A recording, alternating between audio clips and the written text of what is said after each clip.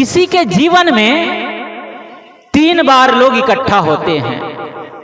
पहला, जब बच्चे का जन्म होता है, घर में बच्चा जन्म लिया तो उसके जब छठी का कार्यक्रम होता है तो रिश्ते नाते और गांव समाज के लोग इकट्ठे होते हैं, माता पिता को बधाई देते हैं कि पुत्र मुबारक पुत्री मुबारक, और भोज भंडारा करते हैं। घर में उत्सव होता है, मंगल गीत गाते हैं। क्यों? क्योंकि घर में पुत्र पैदा हुआ है, पुत्री पैदा हुई है। पहला बार जब व्यक्ति का जन्म होता है तब परिवार के लोग, समाज के लोग, रिश्ते नाते इकट्ठा होते हैं। दूसरी बार जब व्यक्ति की शादी होती है उस समय भी रिश्ते नाते, गांव समाज के लोग इकट्ठे होते हैं और उत्सव मनाते हैं, भोज भंडारा होता है, मिठाइयां खाते हैं, खूब गगन मगन रहते हैं और नाचते हैं। लेकिन तीसरी बार तब उपस्थित होते हैं जब व्यक्ति इस संसार से विदा होता है। उस बार भी सारे रिश्ते नाते, परिवार, समाज के लोग इकट्ठे होते हैं, लेकिन 2 बार तो उत्सव मनाते हैं, भोज भंडारा करते हैं, मिठाइयां बांटते, बाजे बजाते हैं, गीत गाते हैं। लेकिन तीसरी बार सब गंभीर रहते हैं, भाव भंगीन रहते हैं, गंभीरता रहती है चेहरे पर, उदासी रहती है और मन ही मन सब सोचते हैं जिसके लिए हम सब आज इकट्ठा हुए हैं, उपस्थित हुए हैं, वे ही अनुपस्थित है हमारे बीच। क्या कहते हैं? जिसके लिए हम सब उपस्थित हुए हैं वे ही आज हमारे बीच अनुपस्थित है। ऐसा एक दिन सबकी होनी है। पत्ता टूटा डाल से ले गई पवन उड़ाए, अब के बिछड़े कब मिले दूरी परेंगे जाए। पीले पत्ते वृक्षों से टूट रहे थे, तो पीले पत्ते जब टूट रहे थे, टूटकर गिर रहे थे, तो उन्होंने कहा कि पत्ता टूटा डाल से ले गई पवन उड़ाए। उस पत्ते को पवन वायु दूर उड़ा कर ले गए। अब के बिछड़े कब मिले दूरी परेंगे जाए। उन पत्तों ने उस वृक्ष के डालियों से पूछा, अब हम तो एक दूसरे से अलग हो रहे हैं, अब बहुत दूर जा रहे हैं, अब मिलना कब होगा, अब फिर दोबारा मुलाकात कब होगी। वृक्ष कहते हैं, वृक्ष बोला पात से, सुन पत्ते मेरी बात, इस जग की यह रीत है, एक आवत एक जात, एक आवत एक जात। वृक्ष ने उन पत्तों को समझाते हुए कहा, पत्ते तुम उदास मत हो, दुखी मत हो, इस जग की यह रीत है, एक आवत एक जात। इस जग की यही नियम है, यही रीत है कि एक आता है और दूसरा इस संसार से जाता है।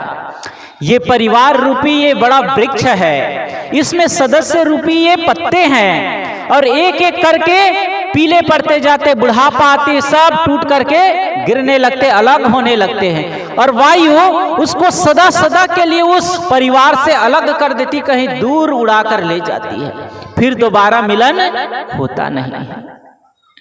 इसलिए कब माता चली जाए, कब पिता चले जाए, कब बहू चली जाए, कब बेटे चला जाए, कब कौन चला जाए, क्या ठिकाना। बदनसीब हाथों में चूड़ियां नहीं होती, शहीदों के नाम में डिग्रियां नहीं होती, सबको उस रजिस्टर पर हाजिरी लगाना है, क्योंकि मौत वाली दफ्तर में छुट्टियां नहीं होती, मौत वाली दफ्तर में छुट्टियां नहीं होती। मौत वाली ये दफ्तर है, इसमें कभी छुट्टी नहीं होती। कितने भी सरकारी दफ्तर है, रविवार को या सैटरडे को, शनिवार को कहीं कहीं छुट्टी होती है, रविवार को तो सब जगह होता है हर सरकारी दफ्तर में। लेकिन ये मौत वाली दफ्तर ऐसी दफ्तर है जिसमें सब दिन हाजिरी लगाना है, इसमें कभी छुट्टी होती ही नहीं। अब कब किसका टिकट कट जाए क्या पता। इसलिए संत जन कहते हैं, जिनके बीच आप रहते हैं, जिनके साथ आप रहते हैं, उनसे मधुरता का व्यवहार करें, प्रेम का व्यवहार करें, शांति से जिए, प्रेम से जिए, एक दूसरे को संभाल कर जिए, तो आपका परिवार स्वर्ग बन जाए। कहते हैं उठ जाएंगे खिलाड़ी एक एक कर, चौसर बिछी रहेगी, बाजी बनी रहेगी। ना यहाँ राजा रहेगा, ना यहाँ रानी रहेगी, सिर्फ अच्छी और बुरी कहानी रहेगी, सिर्फ अच्छी और बुरी कहानी रहेगी। ये तो सराय खाना है, ये तो मुसाफिर खाना है। यहाँ तो एक आता है, दूसरा चला जाता है, यहाँ सदैव कौन रहता है। 2 बाल्टी एक किसान के पास थी, तो वो किसान दूर से पानी लाता, वो लकड़ी ले लेता। पहले जैसे कांवड़ कहते हैं, आजकल जो बोलबम वाले लोग जाते हैं कांवड़ लिए रहते, दोनों तरफ छोटा छोटा क्या बोलते हैं, कलश मटका जैसे टांगे रहते हैं। तो वैसे 2 बाल्टी को वो किसान दोनों छोर में बांध दिए थे, और बांस था, उसको कंधे में लेकर मीठा पानी लाते घर में उपयोग करने के लिए। तो एक बाल्टी थी, उसमें थोड़ी छेद थी, और दूसरी बाल्टी ठीक थी। तो जिस बाल्टी में थोड़ी छेद थी, उसका पानी दूर से आते आते आधी हो जाती, आधा पानी ही रहता। तो जो बाल्टी ठीक थी, वो बार बार उसको ताने देती, उस फूटी हुई बाल्टी को।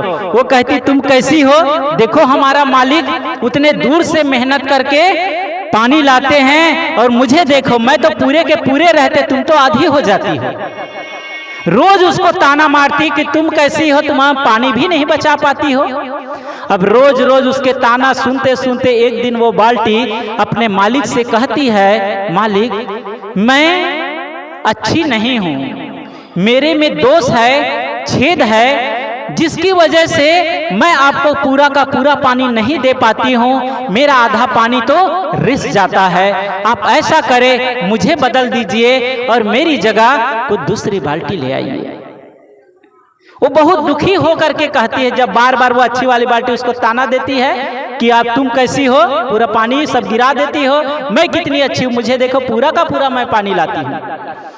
तो मायूस होकर दुखी होकर अपने मालिक से कहती है कि मैं अच्छी नहीं हूँ, मेरे में दोष है, छेद है, जिससे आधा पानी तो रिस जाता है। आप ऐसा करें, मुझे बदल दीजिए और मेरी जगह दूसरी बाल्टी ले आइए।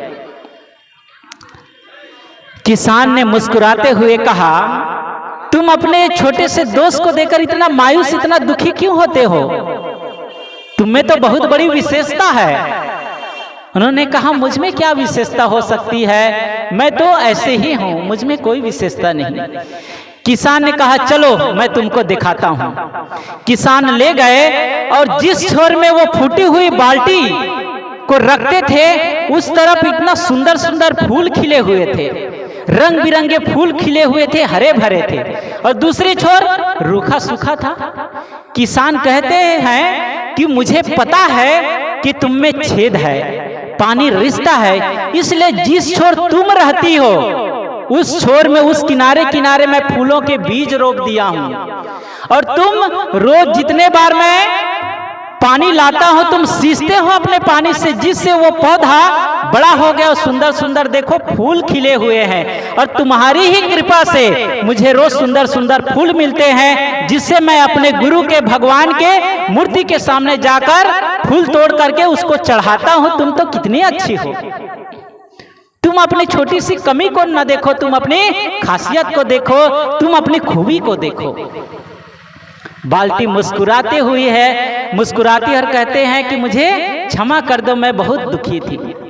ऐसे ही जब हम सब भी एक दूसरे में यदि गलती देखने लगेंगे, बहू यदि सास में गलती देखने लगे, सास यदि बहू में गलती देखने लगे, पिता पुत्र में गलती देखने लगे, गोतनी गोतनी में गलती देखने लगे, ननद भौज में गलती देखने लगे, तो वो घर स्वर्ग कैसे होगा।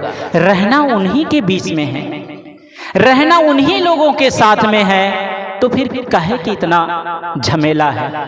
4 दिन के जीवन में काहे का झमेला है, सबको एक दिन चल देना है, फिर कैसे विवाद, कैसी लड़ाइयां। हम सब एक दूसरे को देखे, एक दूसरे को अच्छा से निभाए, एक दूसरे से अच्छा से पेश आए, तो वो घर तो मंदिर बन जाएगा, वो घर तो स्वर्ग बन जाएगा। इसलिए सब में खूबियां देखे, सब में खासियत को देखे।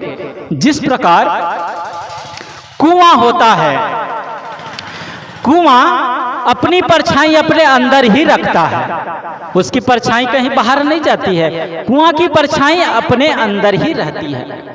ऐसे ही घर में किसी बात को लेकर सास बहू में कहा सुनी हो जाए, गोतनी गोतनी में कहा सुनी हो जाए, पिता पुत्र में कहा सुनी हो जाए, किसी में कोई बात को लेकर हो जाए तो आप पड़ोसी के पास जाकर घर की बातें कभी ना बताएं कि हमारी सास ऐसा है, हमारे बहू ऐसा है। नहीं तो दुनिया में बहुत बिरले लोग होते हैं कि घाव लगा है वहां मलहम लगाए, बाकी सब तो नमक रगड़ने वाले हैं।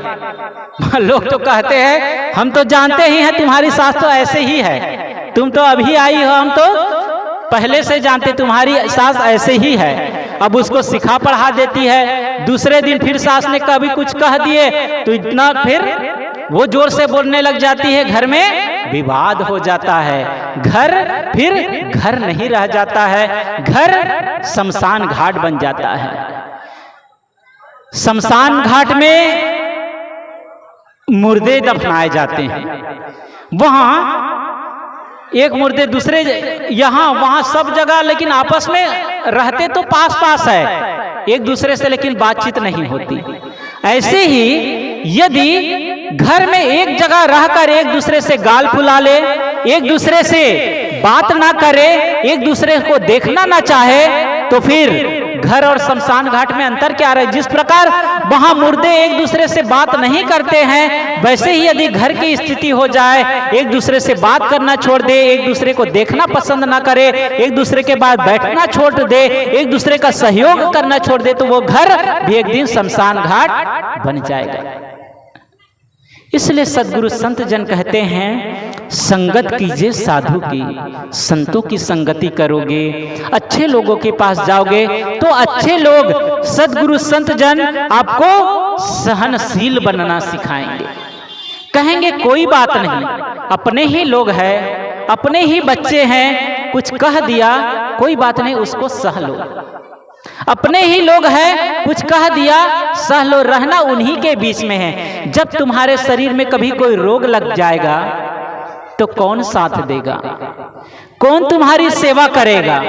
पड़ोसी एक मुट्ठी भोजन देने के लिए नहीं आएगा, घर के लोग ही भोजन देगा, घर के लोग ही सहायता करेंगे, घर के लोग ही डॉक्टर के पास ले जाएंगे। इसलिए जब विपत्ति आ जाए, कब किसके जीवन में कौन समस्या आ जाए, कौन सा दुख आ जाए, क्या पता। इसलिए अपनों के साथ में कभी नफरत नहीं, अपनों के साथ में कभी बैर विरोध नहीं होनी चाहिए। सदगुरु कबीर कहते हैं, इस जग की यह रीत है, एक आवत एक जात, एक आवत एक जात, एक आता है एक चला जाता है। इसमें कैसी लड़ाइयां, कैसी दुश्मनी। घर में रहते रहते पूजा भी करें तभी घर अच्छा होगा। घर में जब तक दीप नहीं जलाएंगे, घर का अंधेरा दूर कैसे होगा। घर में जब तक पूजा नहीं करेंगे, घर में जब तक दीप नहीं जलेगा, घर में जब तक अगरबत्ती नहीं जलेगा, तो वहाँ खुशबू कैसे होगी। घर में पूजा पाठ का माहौल, भक्ति का माहौल नहीं बनेगा, तब तक वहाँ के बच्चे कैसे संस्कारित होंगे। वे बच्चे कैसे सीखेंगे कि हमारे घर में संत गुरुजन आते हैं, हमारे घर में सत्संग होता है। वे कैसे सीखेंगे, देखकर ही सीखेंगे। और आप नहीं रहेंगे तो वही बच्चे बड़े होकर गुरुजनों को बुलाएंगे, संतों को बुलाएंगे और अपनी माता के नाम पर, पिताजी के नाम पर ऐसे ही सत्संग करेंगे कि हमारे माँ नहीं रहे, उनके नाम पर भंडारा करेंगे, सत्संग करेंगे। जिस प्रकार पिता कमा कमा करके बच्चे के नाम पर फिक्स डिपॉजिट कर देता है, पैसा बैंक में जमा कर देता है, क्या पता इस शरीर का यदि मेरा शरीर छूट जाए तो मेरे बच्चे के नाम में वो पैसा जमा रहेगा, जिसका ब्याज मिलता रहेगा। मेरे बच्चे भूखे ना मरे, इसलिए उनके नाम से पैसा जमा कर देते हैं ताकि उनको ब्याज मिलता रहे। ऐसे ही जब माता पिता हमारे बीच से चले गए, तब उनके नाम में थोड़ा धर्म होना चाहिए, तब थोड़ा पुण्य होना चाहिए, सत्संग होना चाहिए, कुछ परोपकार होना चाहिए उनके नाम से, ताकि उसका पुण्य वहां तक पहुंचे। जिस प्रकार बैंक में पैसा जमा कर दिए तो उसका ब्याज मिलता है, ऐसे उनके नाम से कुछ पुण्य का काम होता है, धर्म का काम होता है, तो उसका पुण्य वहां तक पहुंचता है, उनको भी मिलता है, उनको भी वहां शांति मिलती है, सुकून मिलता है, और जहां रहता है उसके भी धन ऐश्वर्य बढ़ता जाता है। तो फिर उनका पारिवारिक जीवन अच्छा होगा, और परिवार का माहौल अच्छा होगा तब भक्ति में भी मन लगेगा। यदि परिवार का ही माहौल अच्छा नहीं रहेगा, आपस में ही तू मैं है, लड़ाई झगड़ा है, तो भक्ति करने में मन नहीं लगेगा, ध्यान करने में मन नहीं लगेगा, अच्छे ग्रंथ पढ़ने में मन नहीं लगेगा, क्योंकि घर का माहौल ही खराब है। सप्ताह में 7 बार होते हैं, सोमवार से लेकर रविवार तक 7 बार होता है। 8वां वार होता है, 8वां वार होता है, कौन होता है? 8वां वार होता है आपका परिवार। जब 8वां वार अच्छा होता है, 8वां वार अच्छा है, तो 7वां वार भी अच्छा से बीतता है। यदि 8वां वार यदि आपका परिवार अच्छा नहीं है, तो एक एक दिन काटना बड़ा मुश्किल लगता है। कभी घर में कुछ विवाद हो जाता है तो बहनें लोग हैं, थोड़ा कुछ दिन के लिए मन को ठीक करने के लिए ससुराल मायके चली जाती है, छोड़ छाड़ करके, कि यहाँ अब रहेंगे नहीं घर में। कई लोग कहीं और घूमने के लिए चले जाते हैं, कोई लोग घर से निकल करके कहीं पार्क में चले जाते, कोई म्यूजियम में चले जाते, मन बहलाने के लिए। क्यों? क्योंकि उसका 8वां वार खराब है, मन नहीं लगता है। और जिसका 8वां वार ही अच्छा है, तो फिर सदगुरु संत जन कहते हैं, घर ही में तीर्थ मनइबे, मंदिरवा में का करे जइबे। घर ही हमारा तीर्थ हो गया, घर ही हमारा पूजा स्थल हो गया, घर ही हमारा मंदिर हो जाएगा, और दूसरे तीर्थ की जरूरत ही नहीं है।